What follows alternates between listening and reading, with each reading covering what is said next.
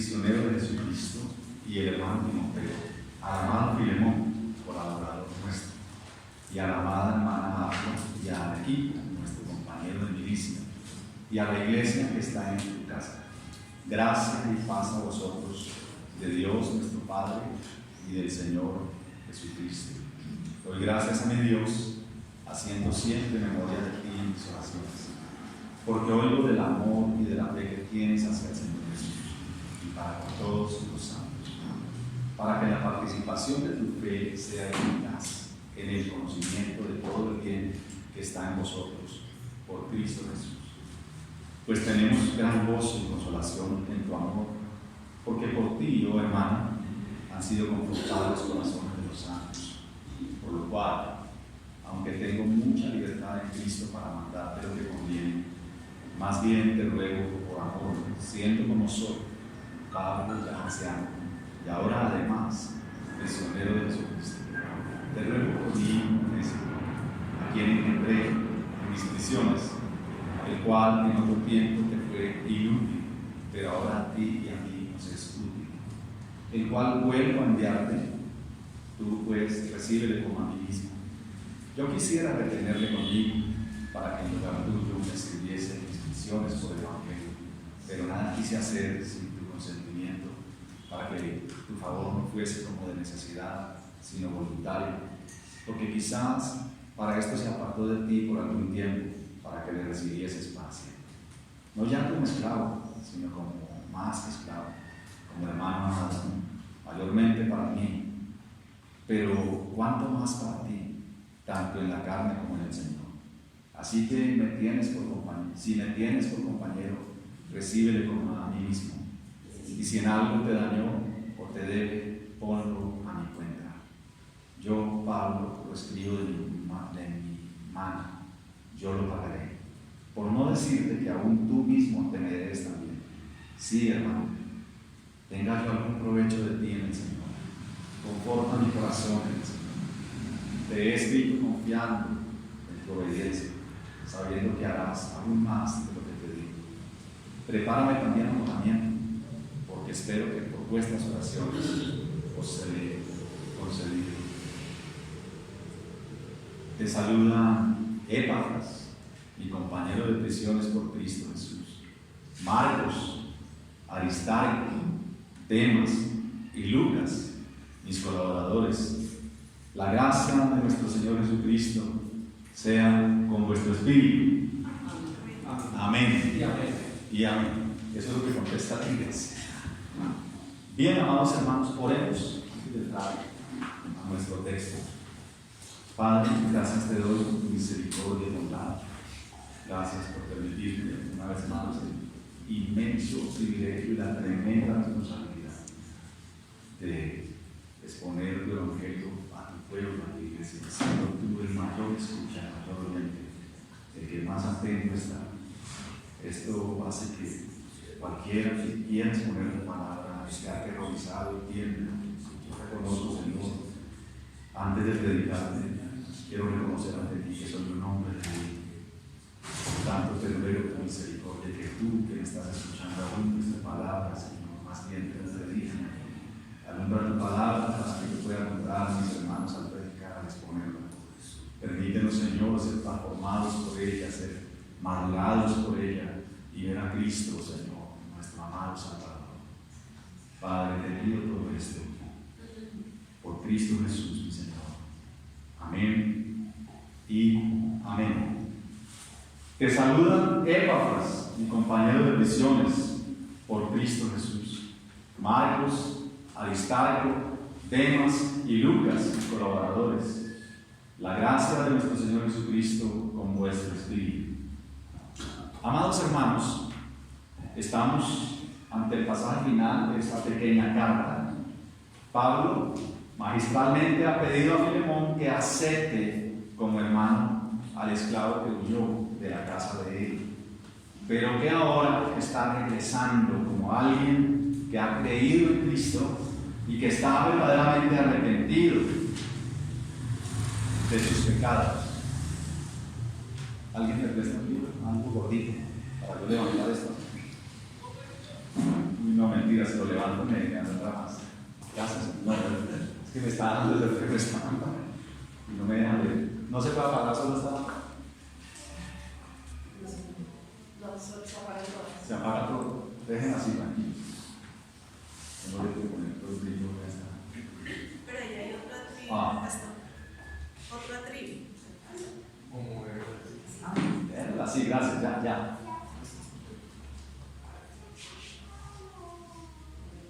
Dije que Onésimo ahora está regresando como alguien que ha creído en Cristo y que está verdaderamente arrepentido de sus pecados. Amados, permítanme hacer este pequeño resumen de la forma magistral en que Pablo suplica perdón para Onésimo hasta llegar a nuestro texto. Pablo, en el versículo 9, ruega a Filemón que lo escuche, pues él es un hombre que ha envejecido trabajando, sirviendo a Cristo, está canoso y es experimentado en padecimientos y trabajos en el ministerio. Por tanto, Pablo dice: yo soy un hombre viejo, escúchame. En los versículos 1 y 9, su ruego apela al hecho de ser un prisionero. Filemón, ¿qué es este favor que te pido contra las adversidades de mis prisiones? En realidad es poca cosa lo que te estoy pidiendo. Puedes mirarme, estoy en la prisión y desde prisión te estoy pidiendo un favor, te estoy rogando que hagas algo por mí, pero no para mi beneficio. También la amistad es una buena razón para conceder el favor. Así que Pablo apela sin reparos a ella para rogar que le sea concedido ese favor. Hermano Filemón, yo soy tu amigo. Yo te recuerdo con cariño y oro por ti, versículo 4.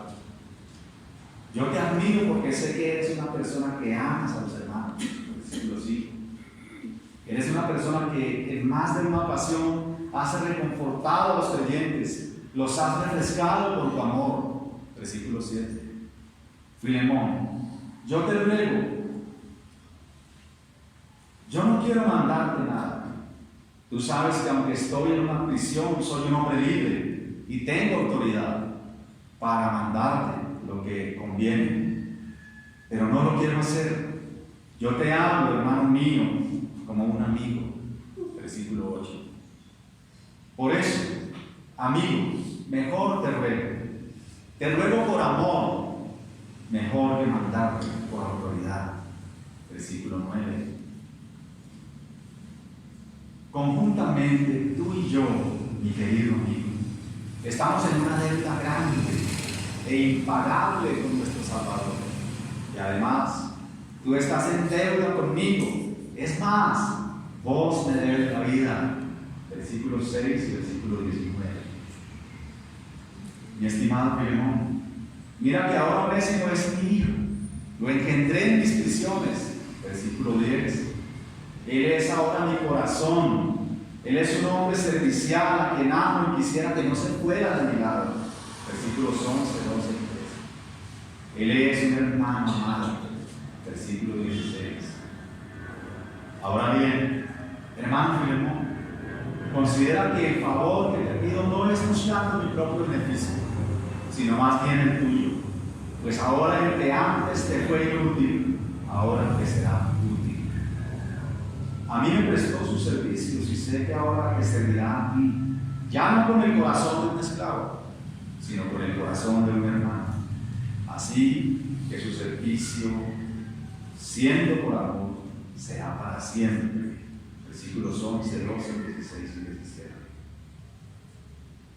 Oye, si vos me consideras tu amigo, concédeme lo que te pido. Trata a Onésimo como me tratarías a mí. Versículo 17. Mi hermano, yo confío en ti. Sé que me escucharás.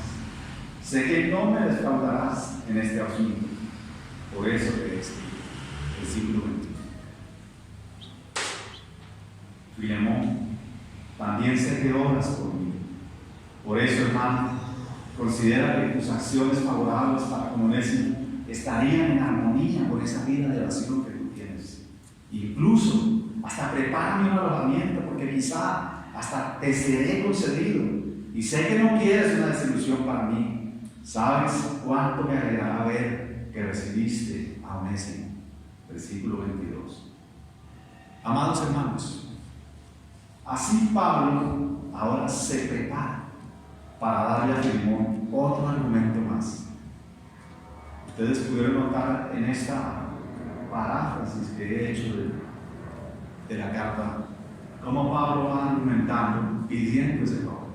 Pero Pablo en este último pasaje que escribiremos hoy esgrime un argumento más. Pablo prepara para Filemón este argumento. Este apóstol no ha escatimado nada para conseguir el perdón para Onésimo, y aún en los saludos finales está procurando convencer a Filemón. Ahora Pablo le habla de comunión, de hermandad, de trabajo en equipo, de apoyo mutuo. Pablo mismo no hubiera podido llevar a cabo su ministerio sin ayuda de hombres valiosos, valerosos, valientes y mujeres también. Esta comunión solo puede ser disfrutada por la gracia de Dios. Solo un equipo puede ser formado así si hay gracia de Dios en estas personas para que hagan el trabajo y avancen el reino de Dios en esta tierra. Y es por esta razón, amados hermanos, que he titulado este sermón La bendición de un equipo. La bendición de un equipo. Hoy la predicación será muy corta y vamos a salir temprano, porque solo escribiremos 2 puntos. Nuestro primer punto, los miembros del equipo. Y en ese punto veremos los diferentes caracteres que hay en las personas. Versículos 23 y 24. Y nuestro segundo punto, la necesidad de la gracia en ese equipo. Versículo 25.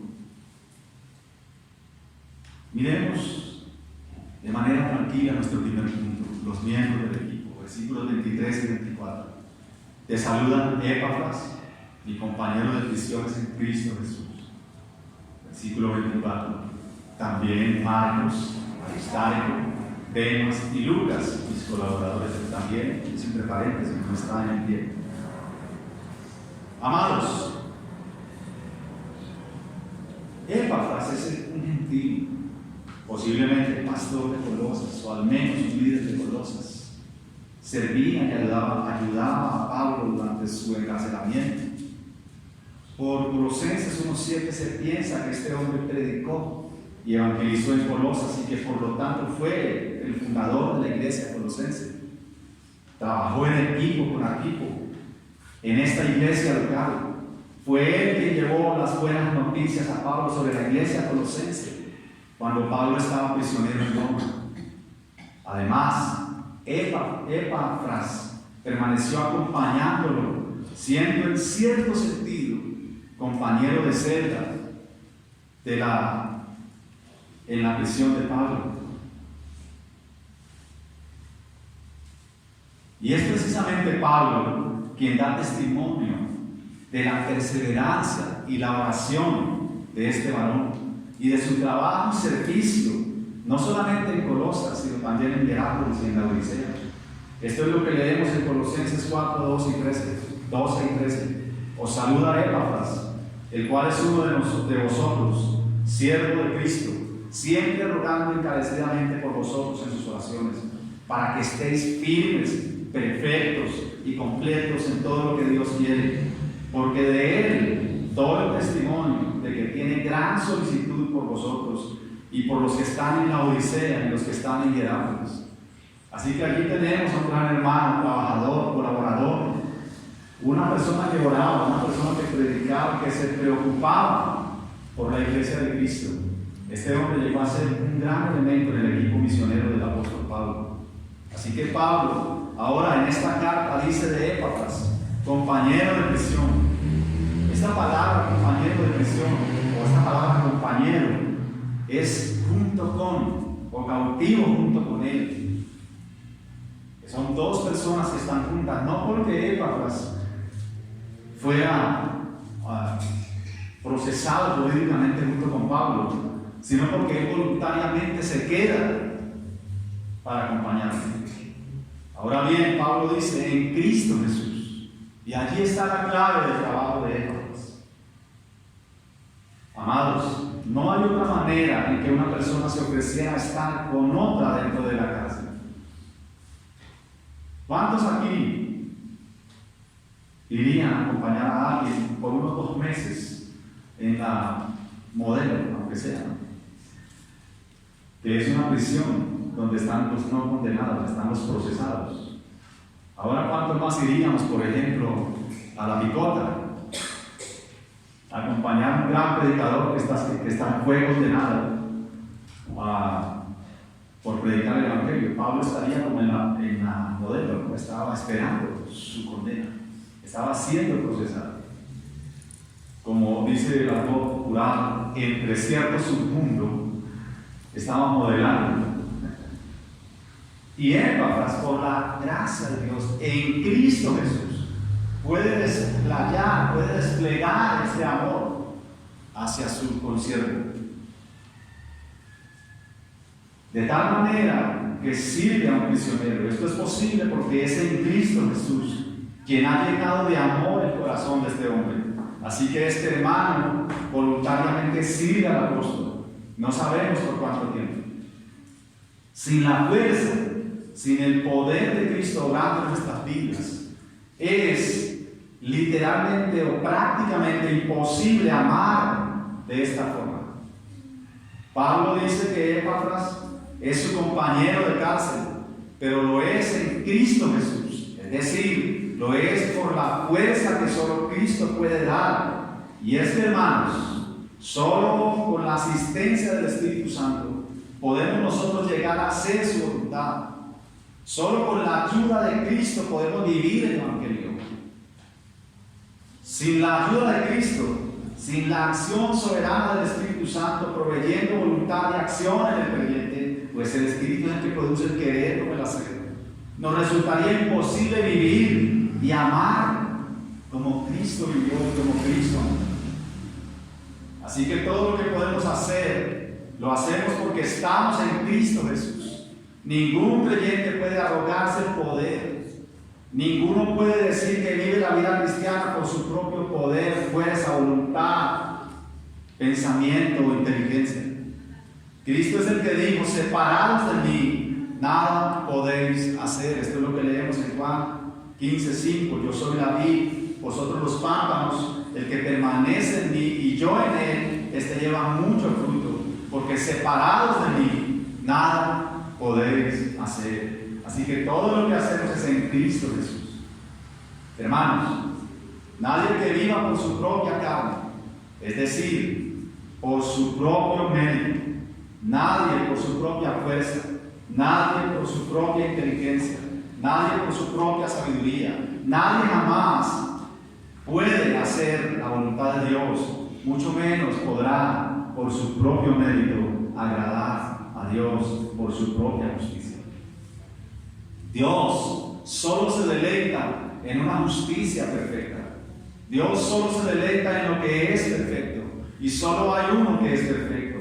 Uno que vivió en perfecta obediencia. Uno que jamás quebrantó ni un solo punto de la ley. Él es de quien Dios dijo: este es mi Hijo amado, en quien tengo complacencia. Él es las delicias a la diestra de Dios. Él es las delicias de Dios para siempre. Así que solo Cristo Jesús, el amado de Dios, y en quien Él tiene complacencia, nosotros podremos servir y ser aceptos para Dios, solo en Cristo. Y esta es la razón por la que Epafras pudo quedarse con Pablo y servirle. Ahora bien, en el versículo 25, Pablo sigue nombrando a otras personas que hacen parte de su equipo misionero. Marcos fue un predicador, según lo menciona Colosenses 4:10. Fue el sobrino de Bernabé. Además, se considera que es quien escribió el evangelio que lleva su nombre. Estuvo en el primer viaje misionero de Pablo. Y todos sabemos que al llegar a cierto punto, y nadie sabe por qué, algunos especulan diciendo que su juventud, sus anhelos de otras cosas, quizá el tema de casarse quizá estaba comprometido. Hay muchas razones que se dan, pero la Biblia no menciona la razón. Solo dice que él se devolvió y y se fue hacia Jerusalén. Y abandonó el trabajo ministerial en este punto de la historia. Esto fue desagradable o mal visto ante los ojos de Pablo, quien era en ese momento algo corrido. Recuerden que Pablo tiene un sistema farisaico. Pablo va cambiando con los años un poco. Y esto generó más adelante, en el segundo viaje misionero, cuando Pablo llama a Bernabé, quien fue su primer compañero y su mentor en su ministerio. Bernabé, un apóstol muy amoroso que impulsa el ministerio de Pablo. En su segundo viaje misionero, Pablo llama a Bernabé y le dice: volvamos a visitar las iglesias, volvamos a hacer el viaje que hicimos en primer lugar, para ver cómo están los hermanos. Y estaban en ese proceso de formar el equipo misionero, y Bernabé sugiere a Juan Marcos, su sobrino o su primo.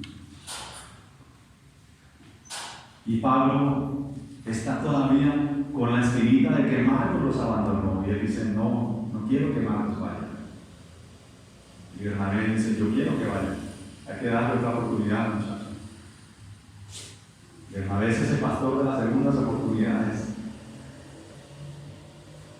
Y se forma una discusión no pequeña, dice el libro de los Hechos, dice Lucas, quien fue el compañero inseparable de Pablo hasta la muerte, y aquí está nombrado en este pasaje. Una discusión no pequeña por esto. Esa es lo que ocasiona Marcos, el que ahora está siendo nombrado aquí como un colaborador. Pero en ese momento Pablo no lo quiso. Pablo dijo: no, él nos abandonó y nos puede volver a abandonar, puede tirar la toalla, nos puede dejar. Muchachos, en palabras, nos puede dejar con falta de fuerzas en un trabajo, porque cuando uno acompaña a una persona y abandona, pues hay que suplir eso. Así que Pablo no está dispuesto a tomar el riesgo. Pero más adelante vamos a ver cómo Marcos madura en el ministerio y trabaja al lado de Pedro, y Pedro lo pastorea, y Pedro lo ayuda y se vuelve el escribiente de Pedro. Y Pedro lo nombra en primera carta, diciendo, cuando escribe a las iglesias en Asia, y dice: conmigo está Marcos. La iglesia que está en Babilonia, elegida juntamente con vosotros, y Marcos, mi hijo, saludan, dice Pedro el 5:13 de su primera carta. Ha pasado el tiempo y Marcos es un hombre maduro ahora. Tiene la capacidad de formar un equipo ministerial. Esto nos sugiere, amados hermanos, este punto parece que fuera para el pastor, pero no, es para toda la iglesia. Esto nos sugiere que no debemos desechar a las personas, que hay un punto en que ellas madurarán, que hay que darles tiempo, que hay que seguir pastoreando, que hay que seguir trabajando con ellas. Ahora, si no tienes el genio, déjaselas a Bernabé. Él las trabajará y él las repetirá a Pedro, un poco más maduro. Y llegará el momento que podrán volver a ti, que eres más rígido, que eres más exigente, como personas más maduras, y harán parte de tu equipo. ¿Estamos entendiendo todos? Yo no estoy hablando solo al pastor, estoy hablando de a ti, hermano. Estoy diciendo que tú puedes ser ese hermano, que puedes estar en algún punto de tu vida. Puedes ser ya el Marco maduro, o el Marco inmaduro, o el Marcos en proceso. Más tarde Marcos entonces es llamado por el apóstol cuando Pablo está próximo a entregar la vida por Cristo.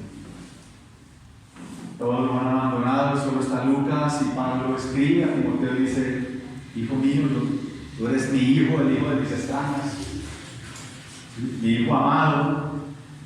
Ven pronto a verme, procura hacer esfuercito, y te paso adelante contigo, hermanos, porque me es útil.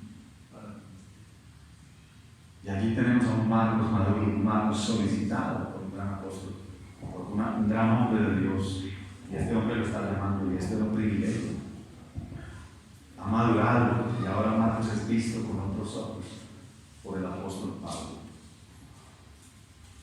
Esto es lo que leemos en 2 de Timoteo 4:11, San Lucas, solo Lucas está conmigo, toma a Marcos y tráelo contigo, porque me es útil para el ministerio.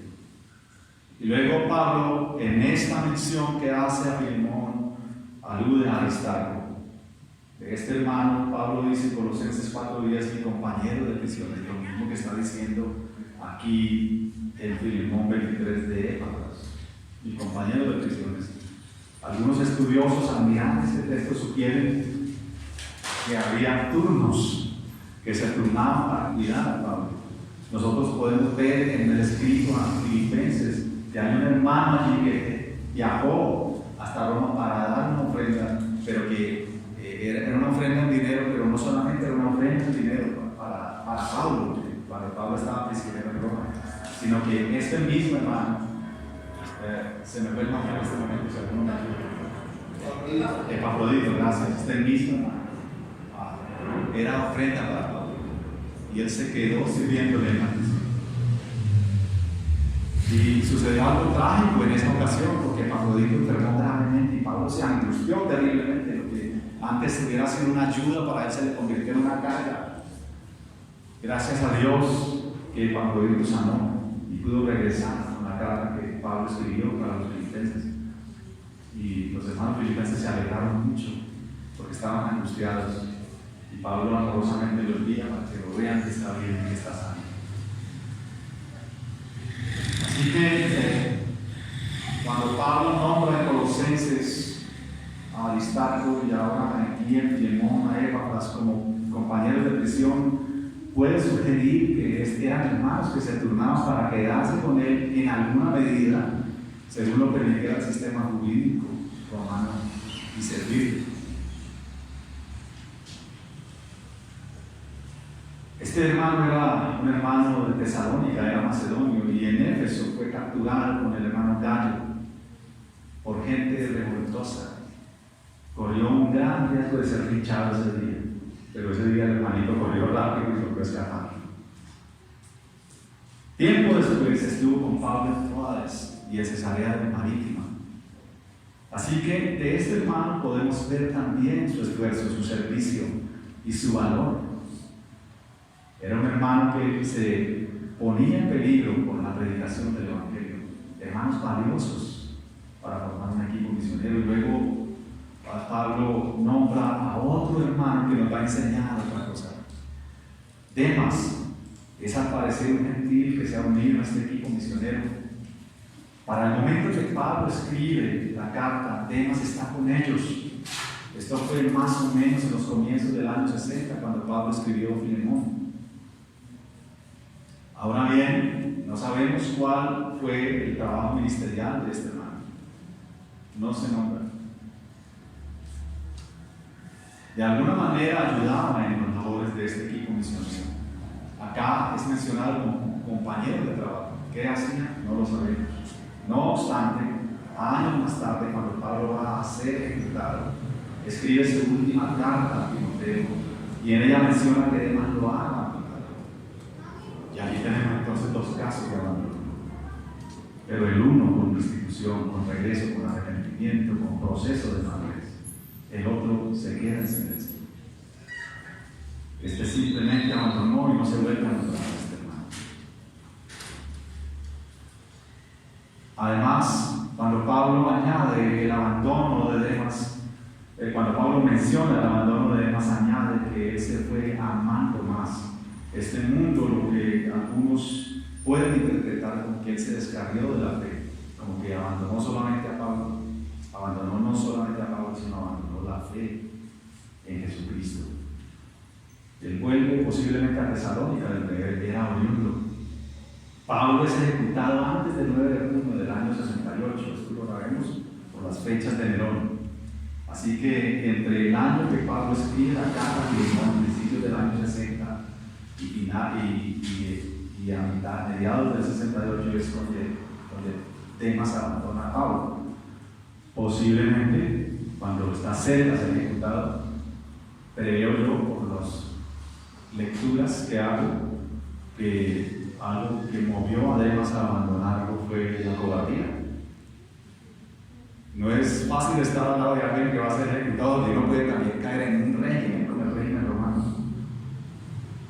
Y donde estaba Nerón, que perseguía a cristianos.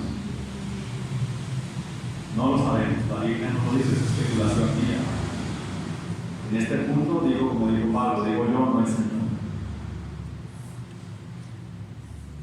Así que Pablo escribe esta carta en ese tiempo, más o menos, esta carta segunda a Timoteo, y en ese lapso posiblemente podría ser en el 65, no lo sabemos, cuando Demas abandona a Pablo y lo deja solo. Hermanos, quiero detenerme en este hermanito Demas. Quiero decirles, amados hermanos, porque estamos hablando, recuerden que ¿cómo es el título del sermón? Hoy estoy como pasivo predicando. ¿Cómo es el título del sermón? Los que escriben. Pueden leer, a mí no me molesta leer. La bendición divina. ¿Cómo? La bendición divina. La bendición divina. Hacer un trabajo en la iglesia no es garantía de fidelidad. Voy a repetir eso. Hermanos, hacer un trabajo en la iglesia no es garantía de fidelidad. Quizá Demas ayudaba predicando, quizá ayudaba organizando o sirviendo a las mesas, como lo menciona, por ejemplo, Hechos de los diáconos. No sabemos. Como quiera que sea, el punto es que este hombre abandona su labor y deja cómodo al equipo. Esto sugiere claramente que una persona puede simpatizar con la iglesia y le pueden gustar trabajos en los que le puede gustar hacer algo en la iglesia. Puede ser vista la iglesia para esta persona como una especie de club, tal vez, que llena un vacío. Quizás sea una persona sola que no tiene nada que hacer los domingos y se viene para la iglesia. Y pues aprovecha para limpiar las bancas o hacer algo y sentirse aceptado. No lo sabemos. Escúchame bien, hermano. Amados hermanos, simpatizar con la iglesia no significa ser salvo. Usted puede ser el hermano más querido de acá, el más simpático de todos, el que cae bien a todos, pero eso no es señal de que eres salvo. Que a una persona le guste por algún tiempo hacer determinado trabajo en la iglesia no es sinónimo de que pertenece a Cristo. Esto lo digo para hacerte reflexionar, pero si te preocupas, si te aterroriza, es para mí una buena señal. Como en el caso de Demas, una persona puede estar por un tiempo en la iglesia, puede realizar algunos servicios para la iglesia, incluso puede llegar a predicar y hasta ser parte de un ministerio. Estoy hablando de algo muy serio, muy terrorífico. No obstante, más pronto que tarde saldrá a luz su verdadera naturaleza. Una persona puede llegar a ser incluso hasta pastor. Se conoce de muchos que han abandonado y uno dice, ¿qué pasó? Si él predicaba también o pastoreaba también, era tan querido. Uy, el hermano sí que enseñaba, sí que sabía. ¿Y ahora qué pasó? ¿Dónde está? Demas es el gran ejemplo de eso.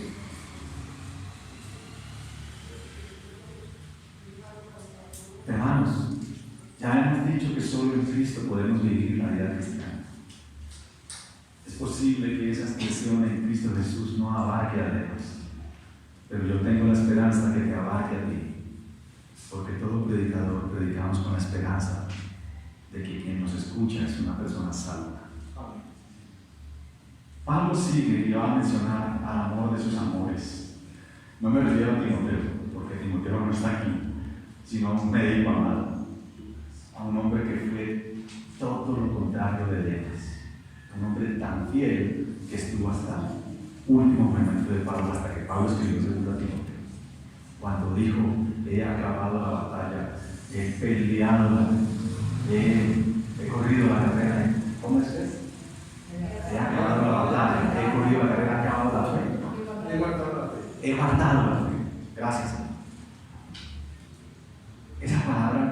Esas palabras de Pablo toman tanto sentido cuando uno entiende que fue la última carta que le escribió y que él sabía bien que iban a hacer el corte de manera, que lo iban a decapitar.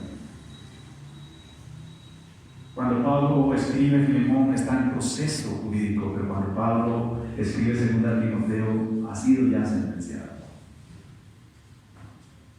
Y Nerón lo va a matar. Y hay alguien que está al lado de él, pero Pablo anhela que alguien más esté con él. Alguien que él ama mucho también. Y él le llama en varias ocasiones mi hijo amado, ven. Por favor, esfuérzate que puede ser mañana tarde, me puede decapitar hoy. Ven, y de paso tráete conmigo a Juan Marcos. Yo no sé qué tiene Pablo en ese momento en el corazón. Quizás se acordaba cuando lo desechó allá, cuando alegó con Bernabé. Y yo necesito verlo antes de morir. Pero son tantas cosas que uno puede inferir en las palabras de este hombre de Dios. Y él dice, Lucas es un hermano gentil, médico, es quien escribe el Evangelio que lleva su nombre, que escribe el libro de los Hechos, la segunda de Lucas. Y es un amigo incondicional. Este hombre permaneció al lado de Pablo hasta la muerte del apóstol. Ya lo dije en 2 Timoteo 4:11. Y Pablo se refiere a todos ellos como mis colaboradores. Esta palabra es coayudador o coayudante, tiene la idea de dos pueblos que andan juntos. Pablo, como un solo buey, no hubiera sido capaz de arrastrar el arado. Y tú, pastor, no eres capaz de hacerlo solo. Y tú, hermano, tampoco puedes con el ministerio que tienes solo. Y tú, mi querida hermana, y tú. No eres un llanero solitario, no existen llaneros solitarios en el puesto de Cristo. Nosotros todos somos coayudantes, somos bueyes que jalamos un mismo arado. Pero cuando algún buey mira hacia atrás, ya no es digno, como Demas, y genera un conflicto, genera un atraso, ¿cómo se llama? En los procesos. Eso me puede ayudar más el hermano Luis en los procesos. Cuando hay algo que se daña, baja toda la máquina y entorpece el proceso. Esa es la palabra que estaba buscando, entorpece el proceso. El proceso no se va a detener en Cristo Jesús, pero se ralentiza un poco. Hermanos, Dios tomará cuenta de todo lo que tú hagas y hayas dejado de hacer. Pero quiero decirles algo que nos va a llevar a nuestro segundo punto. Antes quiero ahondar un poco más en las frases de mis colaboradores, pero quiero darles esperanza desde ya. Hay gracia. Hermanos, hay gracia.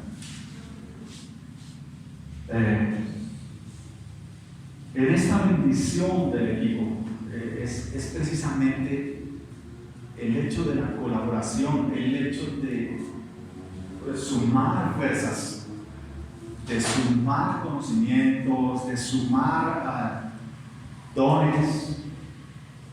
Quiero decir la palabra talentos, pero entendida como nosotros hoy la entendemos, no como está en la Biblia, porque es que no encuentro otra. Ayúdenme ustedes.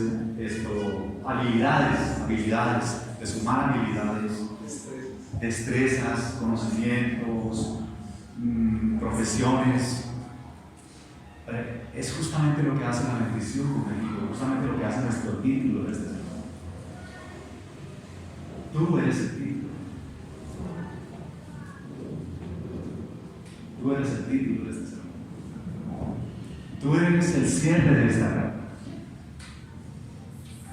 Tú eres ese equipo.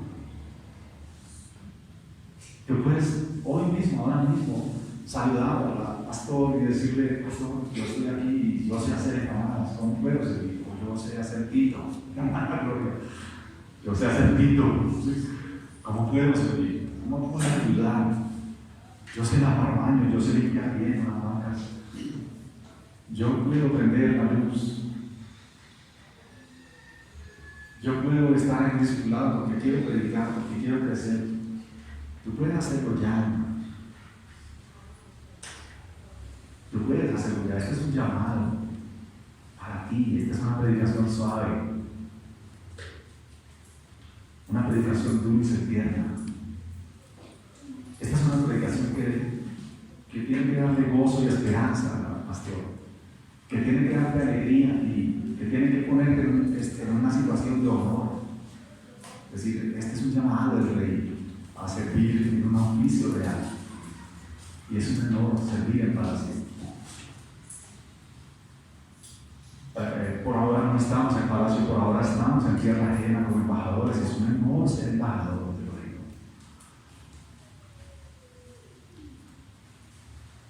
Me estoy haciendo entender en la aplicación que estoy dando.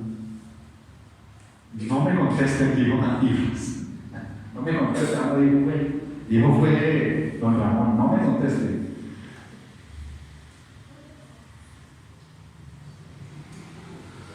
Ahora, Pablo dice, no podemos hacer esto sin gracia. Él dice, la gracia de nuestro Señor Jesucristo la gracia de nuestro Señor Jesucristo sea vuestro espíritu. Es lo que dice en griego, con nuestra. La gracia de nuestro Señor Jesucristo sea con vuestro espíritu. Tal vez la Reina Valera y le pone un amén, que tampoco está en griego, pero así sea, amén. No lo desechamos ese amén. Amados hermanos, el favor inmerecido está en nosotros. El hecho de que estemos hoy escuchando este sermón, y sobre todo el más privilegiado que soy yo, de tener que predicarlo, es un favor inmerecido, es una gracia que no merezco, es un amor de Dios desplegado para nosotros sin merecerlo. Filemón, cualquiera que sea tu decisión, dice Pablo, que la gracia de Dios esté contigo, no importa lo que decidas. Yo deseo que estés lleno de gracia de Dios, que esta bondad inmerecida sea contigo. Es otra forma, otro argumento que Pablo utiliza para decirle, mira, ya hay un equipo misionero, hay unos hermanos, esto es una decisión conjunta, no es mi carta, es la carta de ellos también, pidiéndote este favor. Pero además hay otro elemento más, no lo tienes que hacer solo en tu fuerza, puedes ser asistido con la gracia de Dios, o sea, puedes perdonar porque hay gracia.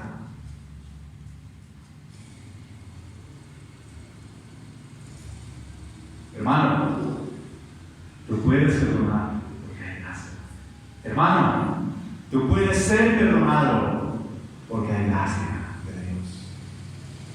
Hijitos míos, estas cosas os escribo para que no pequéis. Pero si alguno ha pecado, hay gracia. Abogado tenemos para con el Padre, a Jesucristo el justo, lleno de gracia y de bondad.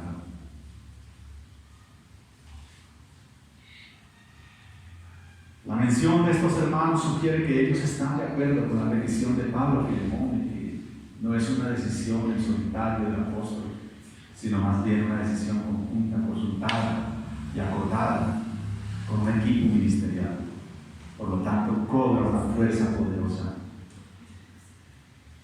Hermanos, ¿qué es entonces lo que nos está enseñando nuestro texto? No se conoce, hermanos, un añadido a esta preciosa carta. No sabemos la decisión que Filemón tomó, pero la podemos sentir. La podemos inferir fuertemente, pero no hay un documento en la historia que lo confirme. ¿O sí? No tenemos ninguna información sobre si Filemón actuó o no en conformidad con este ruego magistral y conmovedor que Pablo le hace, aunque se puede pensar favorablemente de él. El punto principal en este asunto es el cristianismo en práctica. Es la verdadera fe obrando por verdadero amor. Ahora viene, hermanos, 50 años después, hay un hombre que va al martirio, que va al suplicio. Este hombre es San Ignacio de Antioquía. Hace un escrito a la iglesia de Éfeso, y en su primer capítulo menciona a un obispo amado de la fe de la iglesia, y este obispo tiene por nombre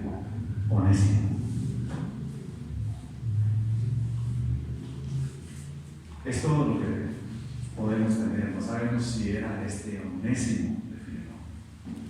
Si es así, uno podría armar un escrito con un título de esclavo o de esclavo político a obispo del Señor.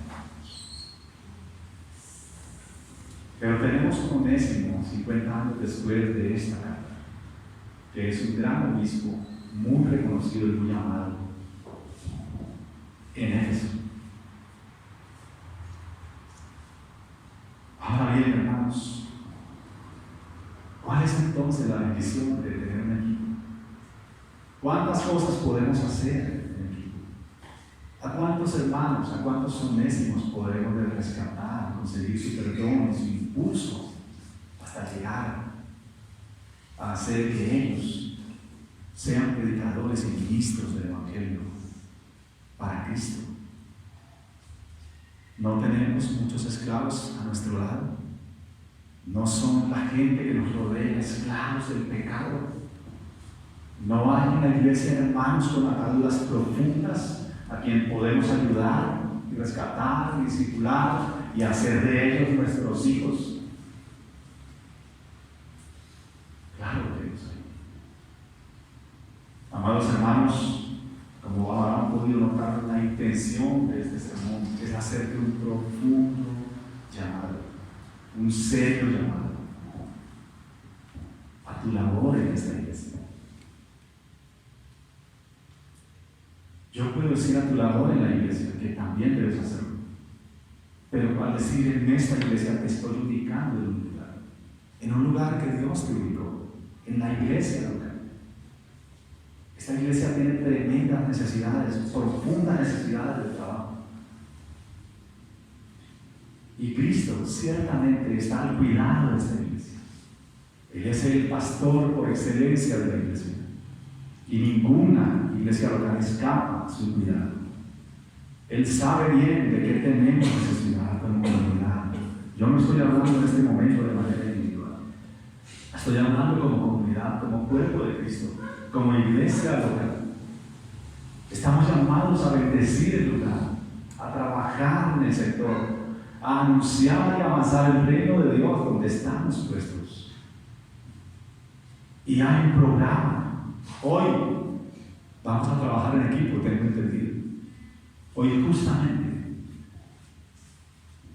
Así que hermanos, yo los llamo amorosamente, tiernamente y humildemente, como siendo yo el menor entre ustedes y el más débil, a que trabajemos amándonos como Filemón amaba y confortaba y alentaba y llenaba de gozo a los hermanos. Si en alguna medida hemos sido el problema, corrijamos.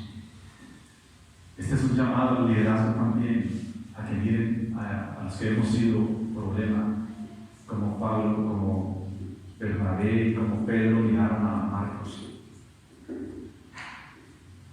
Hay aplicaciones por todo lado, pero solamente quiero dejarlos aquí con esta preciosa carta, con esta preciosa reflexión magistral del apóstol Pablo, inspirado por el Espíritu Santo. Oremos. Padre, gracias, tu misericordia grande, como lo cantábamos, tus fidelidades tremendas, es asombrosa, tan asombrosa que no podemos más que brillarnos a reconocer tu grandeza, tu gracia, tu poder. Señor, yo te pido que nos bendigas. Bendícenos en este año, Señor. Bendícenos como comunidad, como pueblo, como iglesia. Por implicación, esto tiene la bendición individual de cada persona y la bendición para cada hogar, Señor. En mi oración, te lo suplico y te lo ruego. Bendice el pastorado, bendice el liderazgo. Danos crecimiento, Señor, en todos los sentidos, pero sobre todo en amor, en unidad y colaboración, en equipo, en trabajo. Bendito sea, Señor. Eres bueno y para siempre es tu misericordia.